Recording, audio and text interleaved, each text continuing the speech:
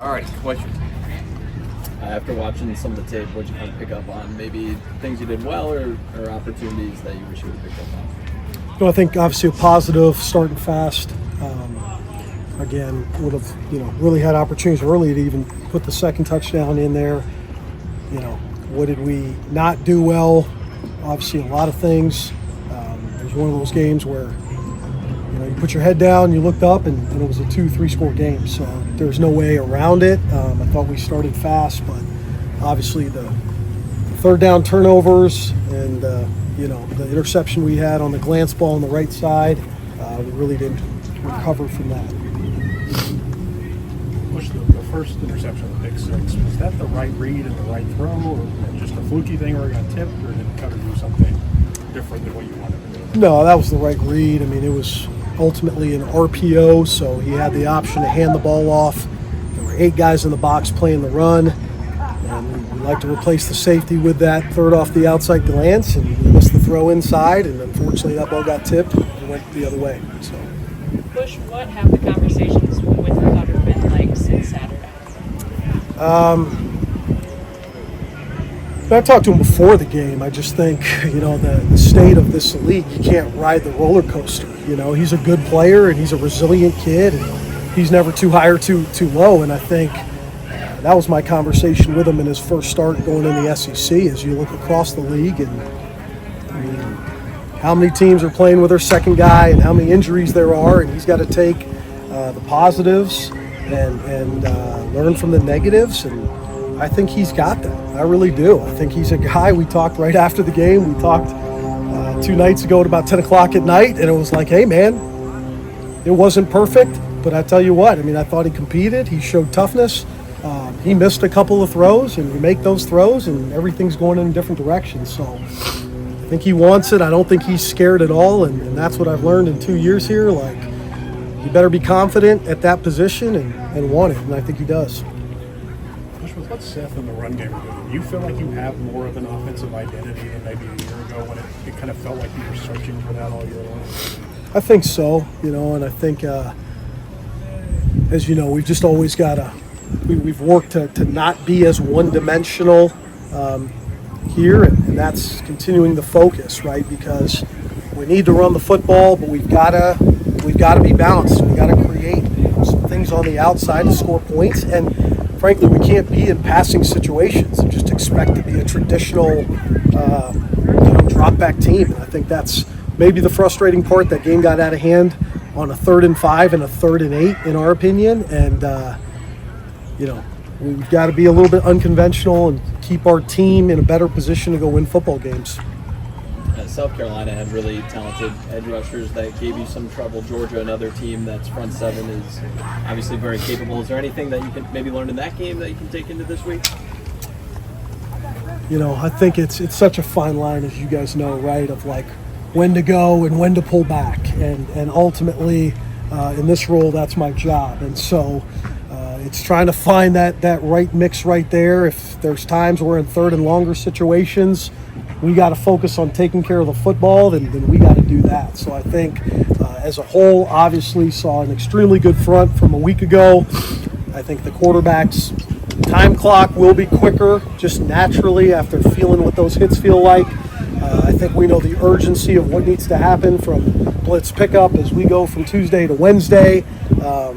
And certainly it's on me on that right piece of how aggressive to be, non-aggressive to be, what plan gives us the best chance to win the game ultimately. Is that ultimately the biggest goal for Cutter, is that you just want to see him start playing faster now that he's gotten his reps banked in the game?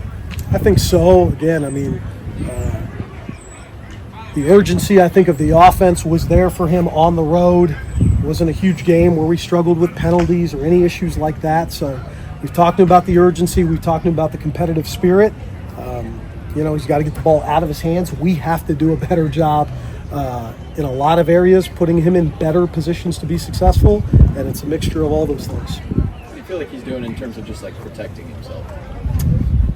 You mean like when he's moving and just body-wise? In the pocket, out of the pocket, yeah. I think he knows now. He's felt some of those hits, and it's the same thing Brock's went through, the same thing Zach's went through. So Again, I think it's all experience. It takes that experience of knowing when it's there and when you have to go get that extra yard, and then when you got to be smart and either get down or get out of bounds. After watching the film, just what still gives you confidence with this offense going into the remainder of the season? I think, I think we're improved at the offensive line position. Again, as long as we avoid obvious passing situations. And so, from a run game standpoint, I think we can be a physical downhill running attack. We've got to find ways to just find easy, cheap yards in the pass game. That's what we're looking to do, is get the ball out of his hands and really pick our spots to try to throw the ball downfield, because right now, when we do so, it's been some tough situations for us. You talk about those obvious passing situations. For the fan who maybe doesn't understand, why is it so important to stay out of those? Why can't it be more effective in those situations?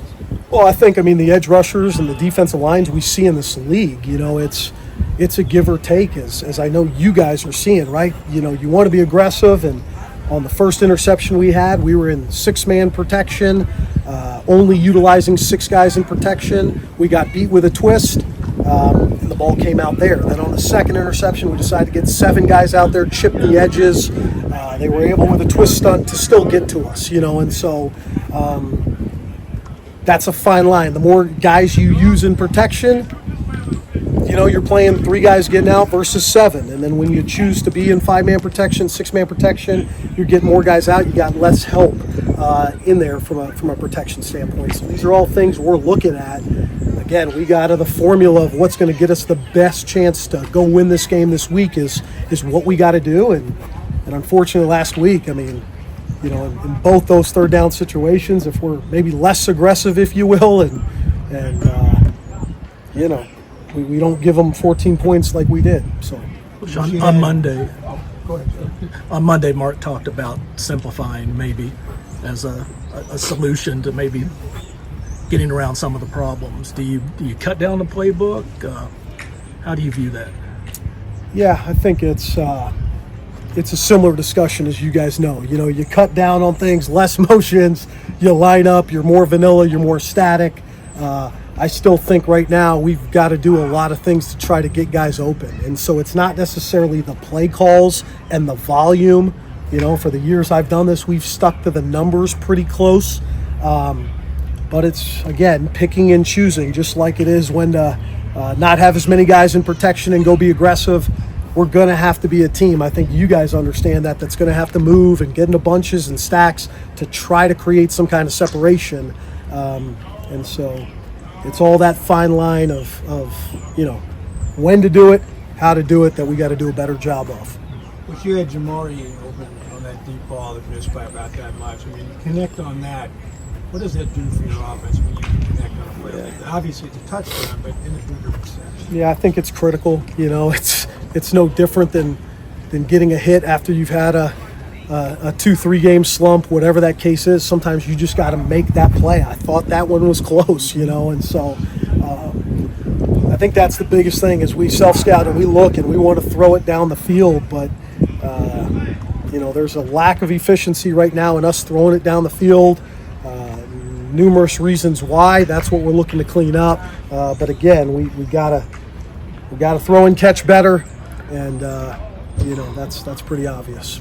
We talked about this last year with Alex Rayner some, but how does it affect your philosophies of play call when you have a field goal kicker who's perfect on the year so far and appears to be such a weapon that he is? Yeah, I think it affects it. How many times you watch the last 3-4 plays of that Georgia game, and again, right, like you're up there in the booth, and sometimes you say, I'm going to be aggressive, and, we're playing a top 5 team in the country, and we're going to try to make the play to get it down there, and then you watch it over and over again, and you go, can this guy put him in a situation to go win the game with a 55-yarder? You probably can. So, again, it's always in the back of your mind. I think the biggest thing, right, from my end here in 2 years is we got to play a different way to win football games. That I do know, and we've got to put ourselves in position, to take risks when we need to take risks and be smart when we need to play smart. And it's figuring out that balance that's critical in this role. What do you remember? Take more risks now than you did at your prior stops. What's that? Are you having to take more risks in this situation maybe your day that your fire stops? No, I think it's in a lot of ways maybe different. You know, I think, you know, the more risks you take right now for us, it's been costly for us in a lot of situations. And I know we want to, you know, nobody wants to sit around and throw it around and do that and all those things. But, you know, right now, like, you look at the games in the SEC that we've been right in, that we've had a chance, Ole Miss particularly last year, Georgia last year, it was a very methodical approach, if you will. Hold on to the football, keep us in the game. And so, you know, again, I'm not saying we're looking to create explosives and do all those things, but it's got to be calculated because we just can't let games get away from us when we try to do certain things. Okay, folks, thank you. All right, guys.